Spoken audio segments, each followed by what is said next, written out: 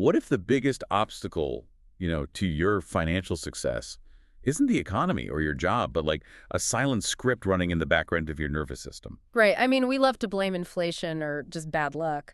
But modern neuroscience actually points the finger straight at our own basal ganglia. We're talking about deeply entrenched subconscious behavioral loops. Loops that basically dictate exactly how we handle money. Exactly. And what's wild is Napoleon Hill called this out nearly a century ago, long before fMRI machines even existed. Yeah, he argued our financial ceiling is governed by this hidden mental machinery. Right. So today we're taking Hill's controversial insights and, well, running them through the lens of modern neurobiology. We want to see exactly how you can rewire that hidden programming. So, okay, let's unpack this. Well, Hill originally pictured the subconscious as a massive, non-judgmental filing cabinet. A filing cabinet. Yeah, it just, it hoovers up every passing thought, every childhood lecture, every emotional reaction you've ever had. And the thing is, it doesn't care if a belief is objectively true or false. Or completely financially ruinous. Right, it just acts automatically on whatever data is stored in there. Which is so frustrating because, I can sit down on a Sunday fully conscious and set a strict budget. Right. But then by Friday night, I'm impulsively buying something I absolutely do not need. It's like my prefrontal cortex is making the logical plans, but some older, deeper part of my brain is physically holding the credit card. That is exactly what's happening. I mean, think of your brain's neural pathways like trails in a dense forest. Okay? If you grew up hearing, the wealthy people are greedy or money is scarce, you've walked that specific trail thousands of times. It's a paved highway in your brain. Wow, a paved highway. Yeah, and your new conscious desire to save money, that's like trying to hack through thick brush with a butter knife. Because electrical impulses in the brain will always flow down the path of least resistance. Exactly. The paved highway wins every time.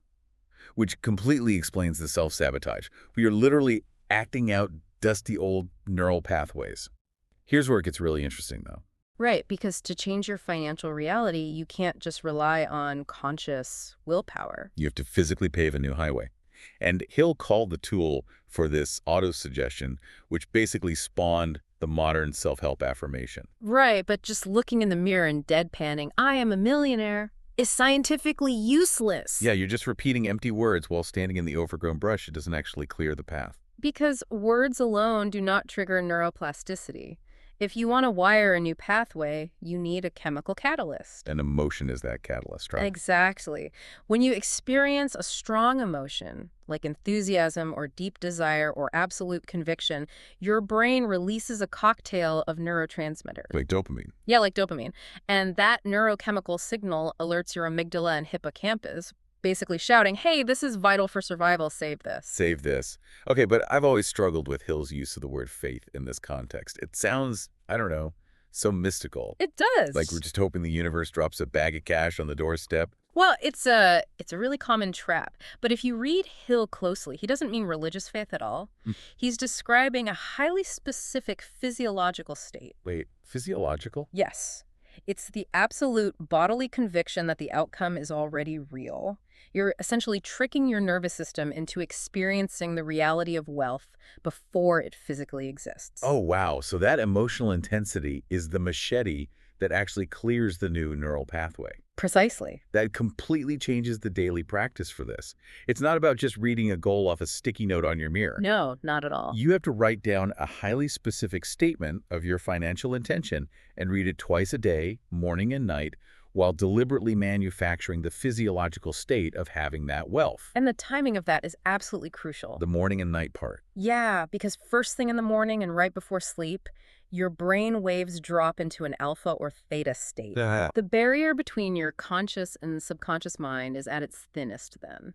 By doing this practice, you're directly programming your reticular activating system. The filter in your brain that decides what information from the outside world actually gets through to your awareness. Exactly. Most people let their subconscious be programmed entirely by accident.